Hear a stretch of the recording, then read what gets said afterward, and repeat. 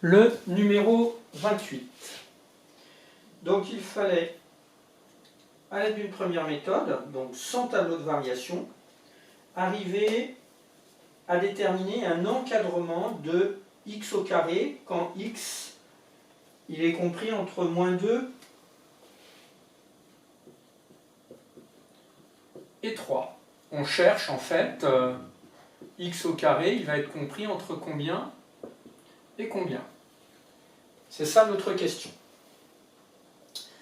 Alors on vous aidait en vous donnant les différentes étapes pour arriver à la conclusion qui est la troisième question.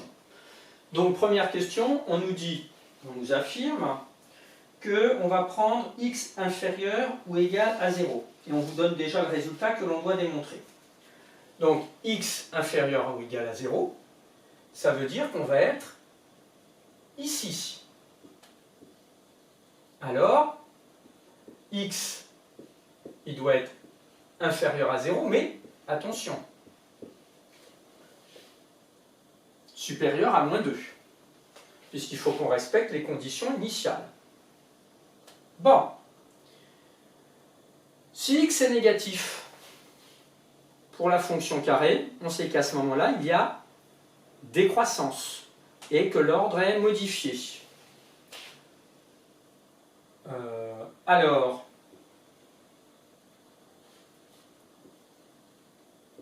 la fonction, je l'écris en abrégé, carré est décroissante.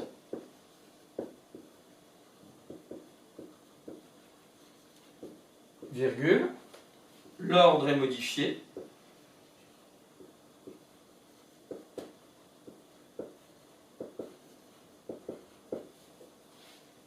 D'où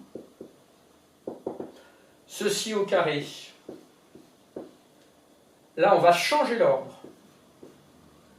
Supérieur à x au carré. Et là, on change l'ordre aussi. Ce qui veut dire que 4, supérieur à x au carré, alors c'était le carré aussi. 0. Ça y est, c'est démontré. Donc maintenant, tu peux mettre sur pause si tu n'as pas su faire pour te corriger à la question petit 2. Non, je vais le faire en dessous. Petit 2, cette fois-ci, on prend x supérieur ou égal à 0. Donc tout ce qui est positif. À ce moment-là, c'est tel que on va avoir 0 inférieur ou égal à x, inférieur ou égal à 3. On prend ici que ce qui est positif, pas ce qui est négatif. Donc c'est positif. La fonction carré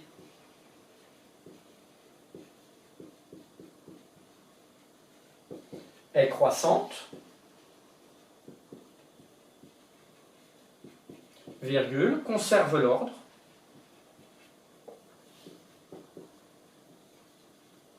d'où on a 0 au carré, inférieur à x au carré, inférieur à 3 au carré, ce qui nous fait 0 inférieur ou égal à x au carré, inférieur ou égal à 9, c'est aussi ce à quoi on voulait arriver à cette question. Ensuite, il fallait en déduire l'encadrement de x au carré.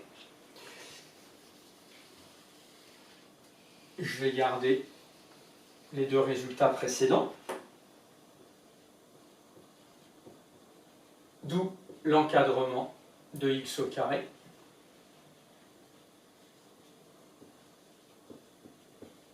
Un encadrement, je te rappelle, si tu en as besoin, c'est chercher entre quelle valeur et quelle valeur est comprise le nombre. Là, entre quelle valeur et quelle valeur est comprise x au carré. Donc, on veut à la fois que x au carré respecte ces conditions-ci, qu'on peut écrire aussi ainsi. Ça, c'est pareil que 0 inférieur à x carré. J'ai oublié le égal ici. Donc, quand c'est négatif, il faut que ça respecte ça. Quand c'est positif, il faut que ça respecte ça. Pour répondre aux conditions du petit 1 et petit 2, il faut avoir deux points.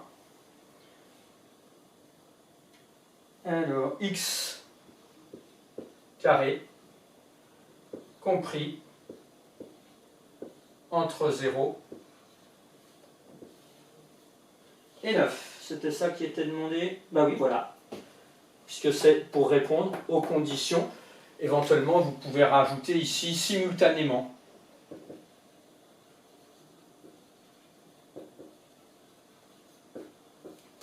Donc voilà pour ce numéro 28.